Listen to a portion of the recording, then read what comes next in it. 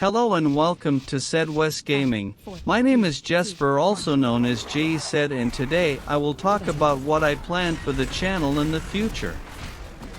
I have quit playing World of Warcraft because the group I played with imploded in Season 1 of Dragonflight, and it made me spiral down in a very deep and tough depression that I am still fighting my way out of. I lost all my friends I made in that game, and that in turn made me lose my love for the game, so it is with a heavy heart I leave WoW forever. I don't plan to return. Right now I am trying to find a new MMO game to play, or if I should change genre altogether. I know I play all kind of games on this channel, but I have always focused on MMO and World of Warcraft. Now I am searching for a new genre to focus on, and it is shifting towards ARPG because I just love those types of games like Diablo, Titan Quest, Neverwinter Nights, and Dungeon Siege. I am sorry for the voiceover. I had to switch program once again and had to use a text-to-speech feature to get it out. I plan to start showing myself when I play now also. I have changed so much after the implosion in WoW and finally is on a way upwards in both physical and mental health. The WoW footage you see here is one of the last tries I did on the raid. Aberris the Shadowed Crucible on Heroic, and it made me both so sad on how pugs don't want to learn tactics and angry in just that aspect. Especially when most of the one I took in had done at least 3 of 8 bosses on HC and should have known the tactics, as they are very easy to understand. Let me explain. Some players will get rings around themselves. They should run to the edges of the room and drop the pool that spawns from the circle there. Later other players will have lasers chasing them. They should guide those lasers into the pools. When the boss health gets to different health thresholds, he explode, and you should evade swirlies. And the easiest thing to do is don't stand in the boss breath attack. A huge fire beam. So now I say up yours to both the game and the community as I move on with my life and my search for a new and better game for me.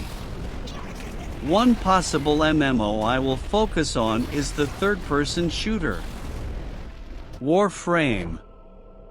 Warframe is a ninja in space game where you do different missions on smaller maps to either gather crafting materials, mods, or blueprints so you can craft new weapons or warframes. Warframes are basically androids without a mind of their own, and the player is called Tenno that control the warframe with mind powers.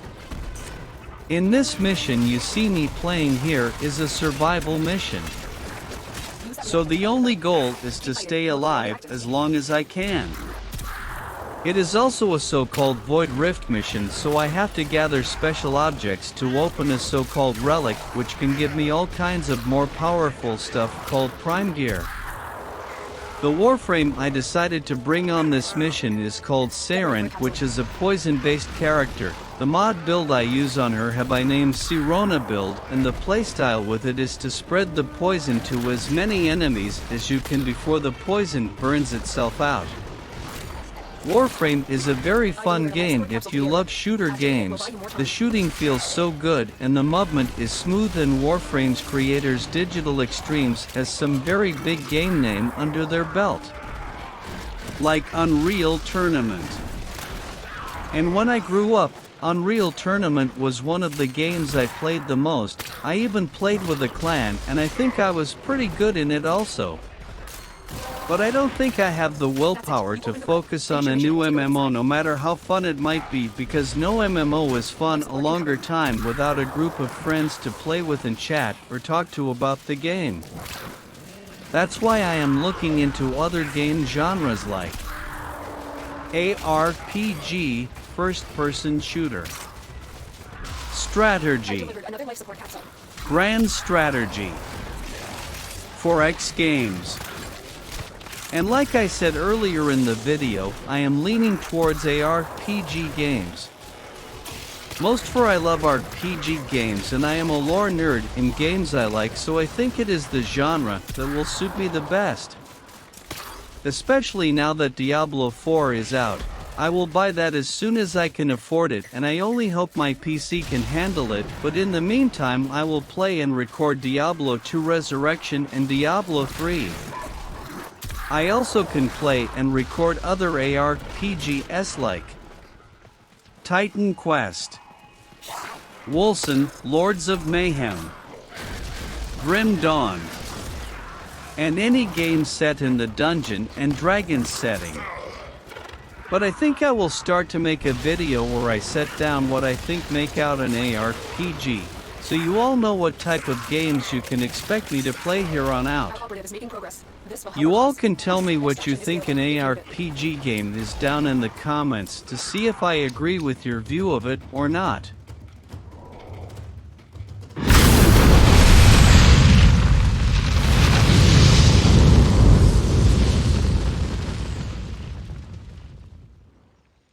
You can also give tips of a RPG you think I should try out and play. To me, the height of old school ARPG is Diablo 2. That is one of the best games in that genre. You have different classes that you have full control over on how you would like to play them, unlike let's say Diablo 3 where the classes are more or less locked in how you should play them. You can't customize them to your liking. Then you have games like say Titan Quest where you make your own class based on what type of skill trees you select, and through those skill trees determines what type of attributes you should pick, although you don't need to pick them.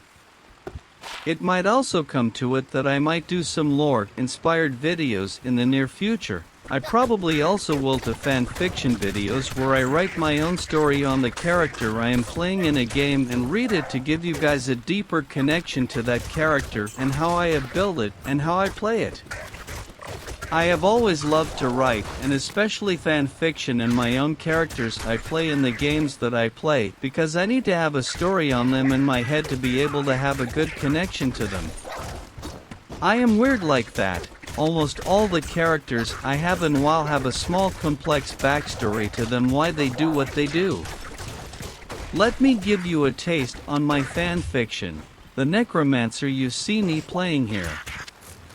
His backstory is that he once was training to be a paladin of Zakarum, but his lust for power lead him to take a pilgrim to seek answers to why he craved power so much, unlike his brothers in training. His journey to lands far away, to the highest mountain to the lowest crypt, and in one of those crypts he found is that his power comes from death and that it lets him raise the dead, and it was there he cast his paladin armor off and embraced his true calling.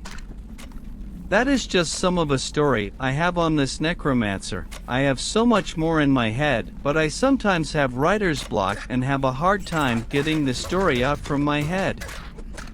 Like when I wrote this script, it has taken me a couple of days just to write just about 9 minutes. Now I know I have not been writing as much as I would have liked the recent years because of all the shit that have happened to me and my family, but I finally hope there is light at the end of this pitch black tunnel that we have been trying to crawl out of.